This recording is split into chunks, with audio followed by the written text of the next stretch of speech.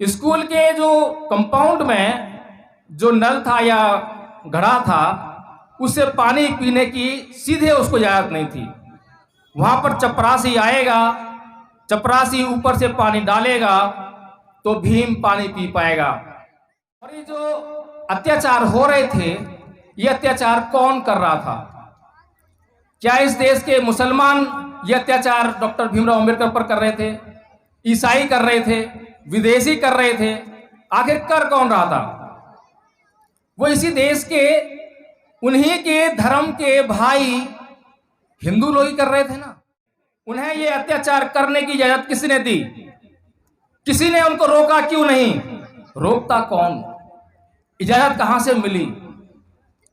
इजाजत मिली धर्म शास्त्रों से।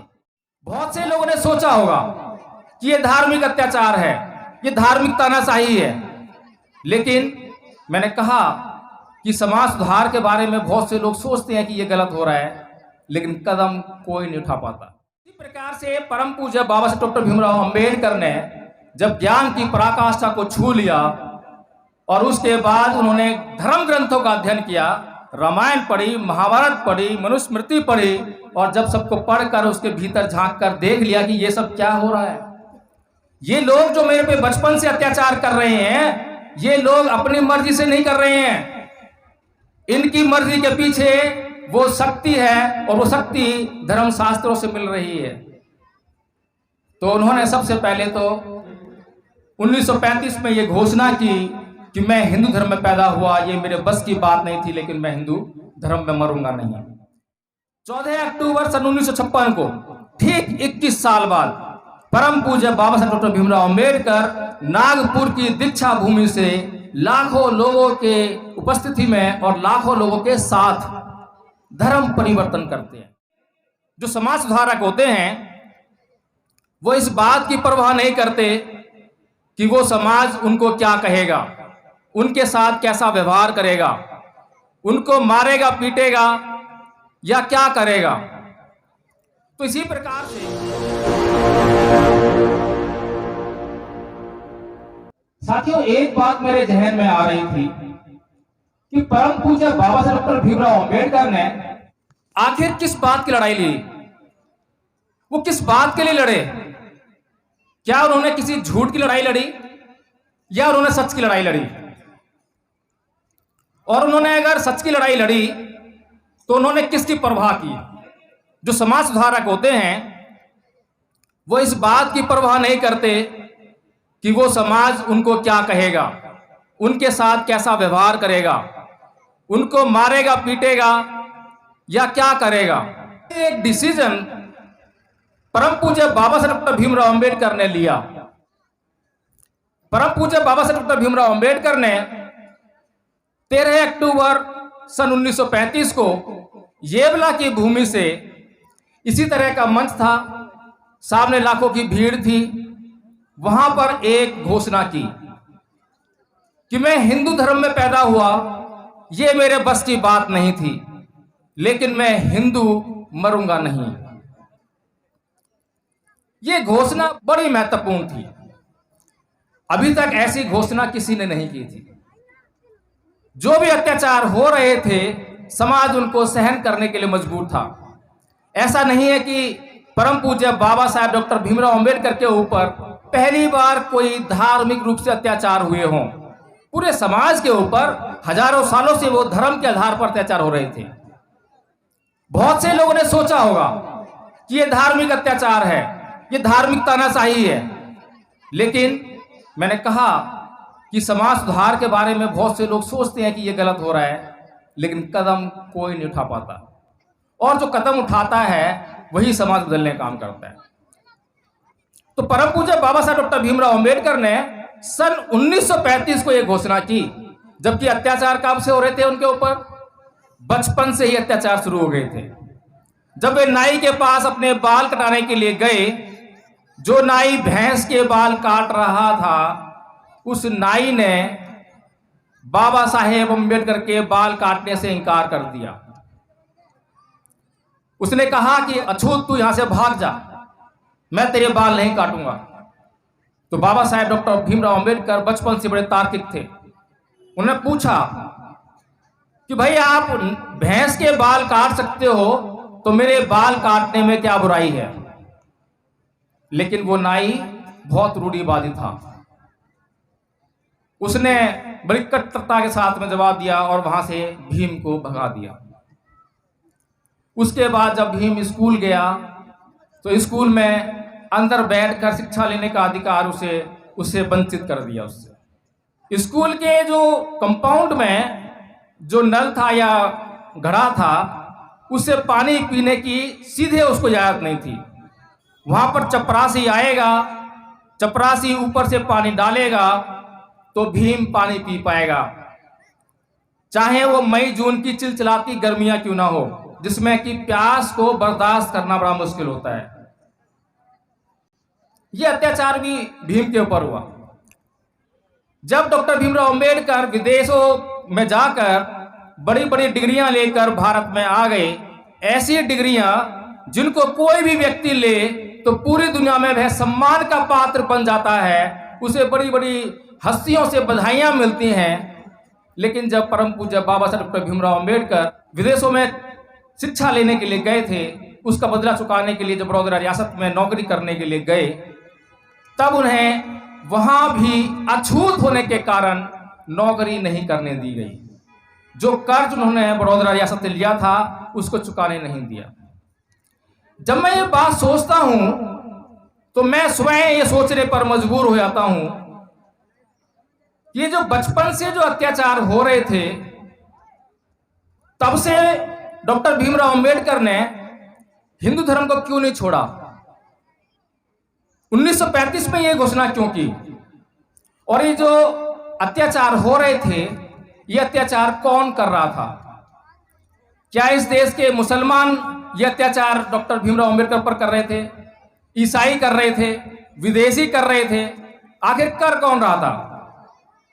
वो इसी देश के उन्हीं के धर्म के भाई हिंदू लोग ही कर रहे थे ना। अब मैं ये सोचने पे और मजबूर होता हूं कि जब वो अपने ही धर्म के भाई के साथ में ऐसे अत्याचार कर रहे थे तो वे अत्याचार कर क्यों रहे थे? उन्हें ये अत्याचार करने की इजाजत किसने दी? किसी ने उनको रोका क्यों नहीं? रोकता कौन? इजाजत कहां से मिली? इजाजत मिली धर्मशास्त्रों से। धर्मशास्त्र जिनके आधार पर इस समाज में हजारों सालों से अत्याचार होता आया। मुझे भी समझ में नहीं आ रही थी कि धर्मशास्त्र ऐसा कैसे कह सकते हैं। सभी धर्म समान हैं, वो तो अच्छी अच्छी बातें करते हैं, धार्मिक होना तो अच्छी बात है, जो धार्मिक प्रवृत्ति के लोग होते हैं बहुत अच्छे होते हैं। लेकिन मुझे अचंभा हुआ जब मैंने रामायण पढ़ी, जब मैंने तुलसीदास की रामायण पढ़ी तो उसमें चौपाई आती है कि ढोल सुत पशु गवार और नारी ये सकल ताकना के अधिकारी। एक जगह कहीं पर चर्चा हो रही थी, थोड़ी सी बहस हो गई। एक पढ़ी लिखी महिला वो बहस करने लगी कि आपको इसका मतलब नहीं मालूम है। मैंने कहा ठीक है तो आप बता दीजिए। वो कहती है कि तारना का मतलब मारना पीटना नहीं होता, लताड़ना नहीं होता। ताड़ना का मतलब होता है शिक्षित करना, शिक्षा देना। तो मैंने उससे पूछा कि ये सिर्फ इन्हीं लोगों को शिक्षित करना उद्देश्य था, बाकी लोगों को भी छोड़ दिया? क्योंकि आज जिस युग में हम जी रहे हैं वो तर्क का युग है, विज्ञान का युग है। लोग आज सोचने लगे हैं, तो जब ये प्रश्न करते हैं तो उसका जवाब देना भी, जो उन चौपाइयों को आज भी बड़े चाव से पढ़ रहे हैं, तो उनको उसका जवाब ही खोजना था। इसीलिए उन्होंने ताड़ना को बदल दिया शिक्षा देने में। इसी प्रकार से जो पढ़ी लिखी नारी है, जो डॉक्टर बन गई है, वकील बन गई है, इंजीनियर बन गई है, राष्ट्रपति बन गई है, प्रधानमंत्री बन गई है, और जब वह सुंदरकांड के पाठ में जाती है और वहां पर वो जब ये चौपाई को बड़े चाव से मजे लेकर पढ़ती है और गाती है, तो मैं उसकी मूर्खता की क्या बात करूं। उसमें लिखा है ना कि ढोल सुत पशु गवार और नारी ये सकल ताड़ना के अधिकारी। अब नारी को भी उसमें शामिल किया है। कौन कौन है? ढोल है, शूद्र है, पशु है, गवार है और नारी है। इन लोगों को एक ही कैटेगरी में रखा है। जैसे ढोल है, ढोल निर्जीव है, जब तक उसको पीटेंगे नहीं तो आवाज नहीं करेगा। और जो गवार है उसको भी पीट कर ही बस में रख सकते हैं। शूद्र के लिए भी ये शब्द इस्तेमाल किए। और नारी किसी भी जाति की हो, चाहे वो ब्राह्मण जाति की हो, चाहे वो क्षत्रिय जाति की हो, चाहे वो वैश्य जाति की हो, चाहे वो शूद्र जाति की हो। गोस्वामी तुलसीदास जी ने उसमें कोई फर्क नहीं करा। सारी नारियों से उनका बैर था, तो सबके लिए लिख दिया। अब वो नारी जो बड़े चाव से सुंदरकांड का पाठ पढ़ती है, गा गा बजा जा के, उसको ये समझ में नहीं आ रहा है इतना पढ़े लिखने के बाद भी कि ये चौपाई तो मेरे ही खिलाफ है, उसका कभी विरोध नहीं करती है। ये बड़ा ताज्जुब का विषय है। इसी तरह से मैंने वाल्मीकि रामायण पढ़ी, तो वाल्मीकि रामायण में एक प्रकरण आता है शंभुक ऋषि का वध। अब शंभुक कौन है और उसका प्रकरण क्या है? शंभुक जंगल में तपस्या करता है, बहुत कठिन तपस्या करता है, ऐसी उच्च कोटि की तपस्या करता है कि उस समय के जो ब्राह्मण थे वो भी उस तरह की तपस्या नहीं कर पा रहे थे। जैसे आज के जमाने में परम पूज्य बाबा साहब डॉक्टर भीमराव अंबेडकर ने तपस्या की, तो उनके जो समकालीन आसपास हम किसी को नहीं देखते हैं कि इतनी कठिन तपस्या किसी ने की हो, इतनी डिग्रियां किसी ने हासिल की हो। ऐसी तपस्या उस समय पर शंभुक ऋषि जंगल में कर रहे थे। अब राम वहां पहुंचते हैं और देखते हैं कि ये इतना तेजस्वी व्यक्ति कौन है जो तपस्या के उत्कर्ष को छू रहा है, उसकी पराकाष्ठा को छू रहा है। तो जाके उसका परिचय लेते हैं। भगवान श्री राम उससे बोलते हैं कि भाई आप कौन हैं जो इतनी कठोर तपस्या कर रहे हो? ऐसी तपस्या करने वाला व्यक्ति मैंने पहले कभी नहीं देखा। आप किस जाति से हो, किस गोत्र से हो, कृपया अपना परिचय दें। क्या पूछ रहे हैं वो? मैं अपने से कुछ नहीं बोल रहा हूं, इस बात को ध्यान रखें। मैं जो बोल रहा हूं वो वाल्मीकि रामायण से बोल रहा हूं, और वाल्मीकि रामायण हर किसी के लिए उपलब्ध है, अभी वो बैन नहीं हुई है। तो वो भगवान श्री राम क्या पूछ रहे हैं शंभुक ऋषि से कि भाई आपकी जाति कौन सी है? जाति पूछ रहे हैं। क्यों पूछ रहे हैं? क्योंकि उस समय किसी भी शूद्र को पढ़ने का अधिकार नहीं है। तो भगवान श्री राम ये जांचने का प्रयास कर रहे हैं जाति पूछकर कि कहीं कोई शूद्र तो तपस्या नहीं कर रहा है। तो शंभुक ऋषि सत्य बोलने वाले थे, तो उन्होंने अपना परिचय देते हुए बोला कि राम, मैं शूद्र शंभुक हूं। और जैसे ही राम को पता लगा तो म्यान से तलवार निकाली और उस शंभुक की गर्दन को उसके धड़ से अलग कर दिया। ये जो अत्याचार हुआ ये क्यों हुआ? भगवान कहे जाने वाले श्री राम ने उस शंभुक को क्यों मारा? क्या कसूर था? तपस्या करना कसूर था? लोगों को शिक्षित करना कसूर था? इसी प्रकार से परम पूज्य बाबा साहब डॉक्टर भीमराव अंबेडकर ने जब ज्ञान की पराकाष्ठा को छू लिया और उसके बाद उन्होंने धर्म ग्रंथों का अध्ययन किया, रामायण पढ़ी, महाभारत पढ़ी, मनुस्मृति पढ़ी, और जब सबको पढ़कर उसके भीतर झांक कर देख लिया कि ये सब क्या हो रहा है, ये लोग जो मेरे पे बचपन से अत्याचार कर रहे हैं, ये लोग अपनी मर्जी से नहीं कर रहे हैं, इनकी मर्जी के पीछे वो शक्ति है और वो शक्ति धर्मशास्त्रों से मिल रही है।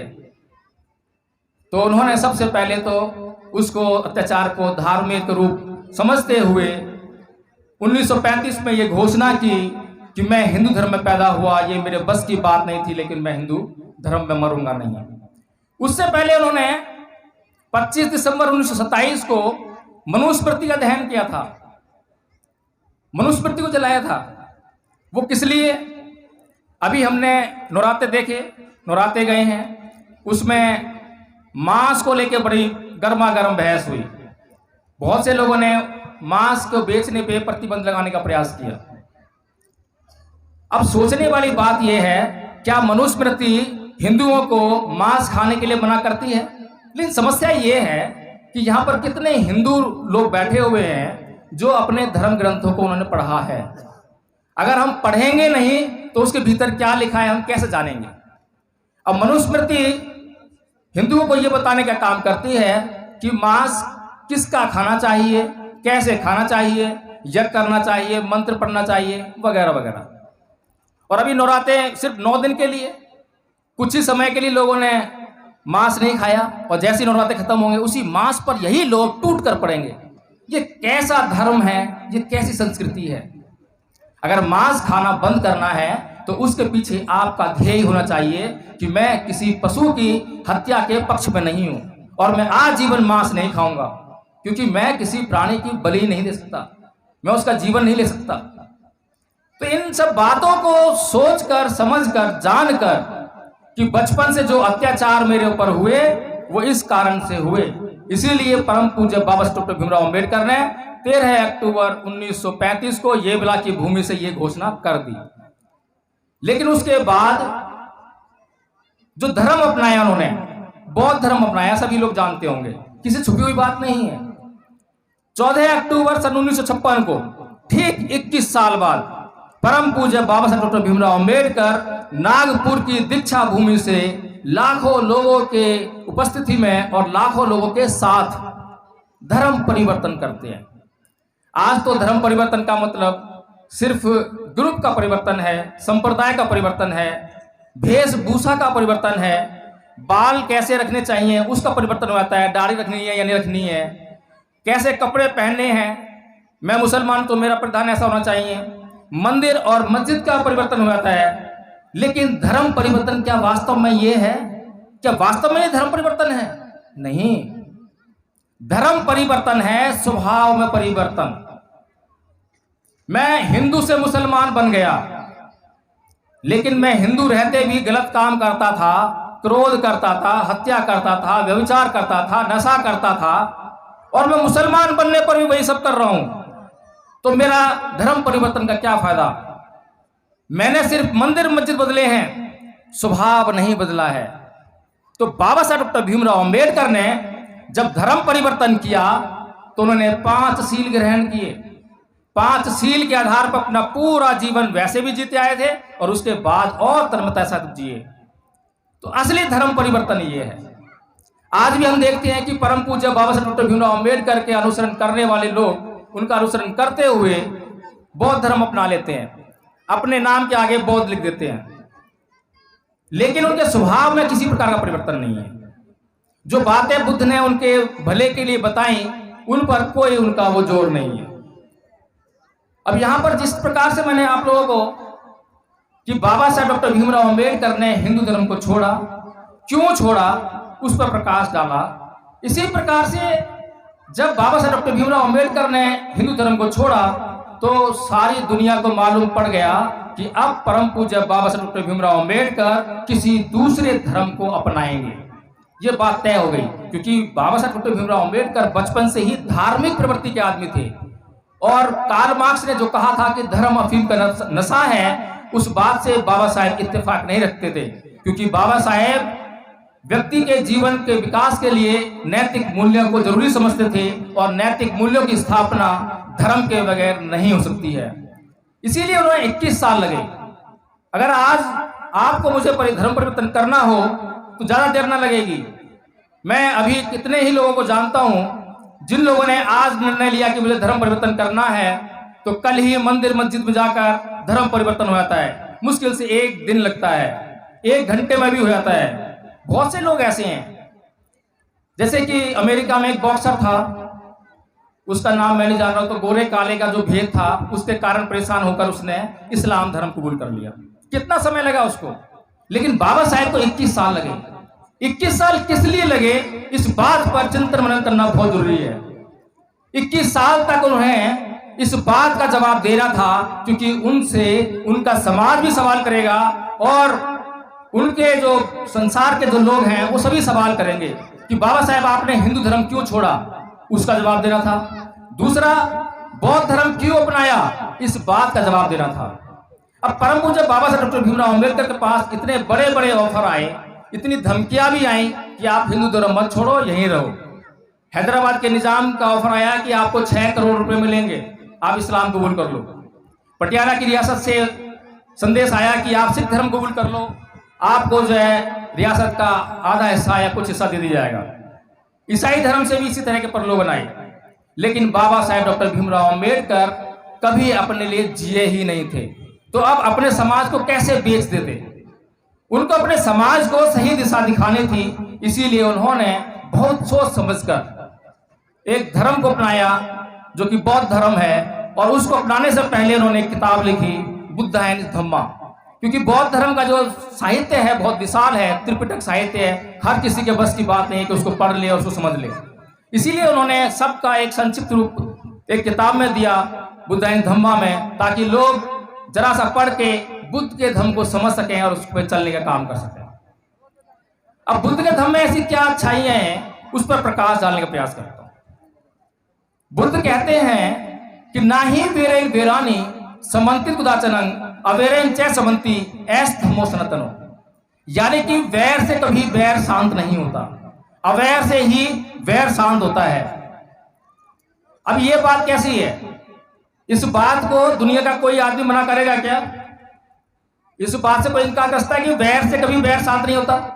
उदाहरण के लिए, अगर आपको कोई गाली दे तो आपने भी उसको गाली दी या क्रोध किया, तो क्या उसको आप शांत कर पाओगे?